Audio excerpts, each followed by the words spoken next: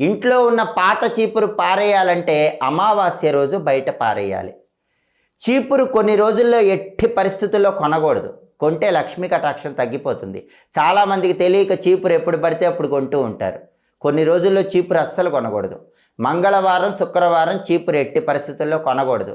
అలాగే మీరు పుట్టిన తిథి ఉన్న రోజు కూడా చీపురు కొనకూడదు. మీ బర్త్డే ఉందనుకోండి, పుట్టిన తిథి, ఆ రోజు చీపురు కొనకూడదు.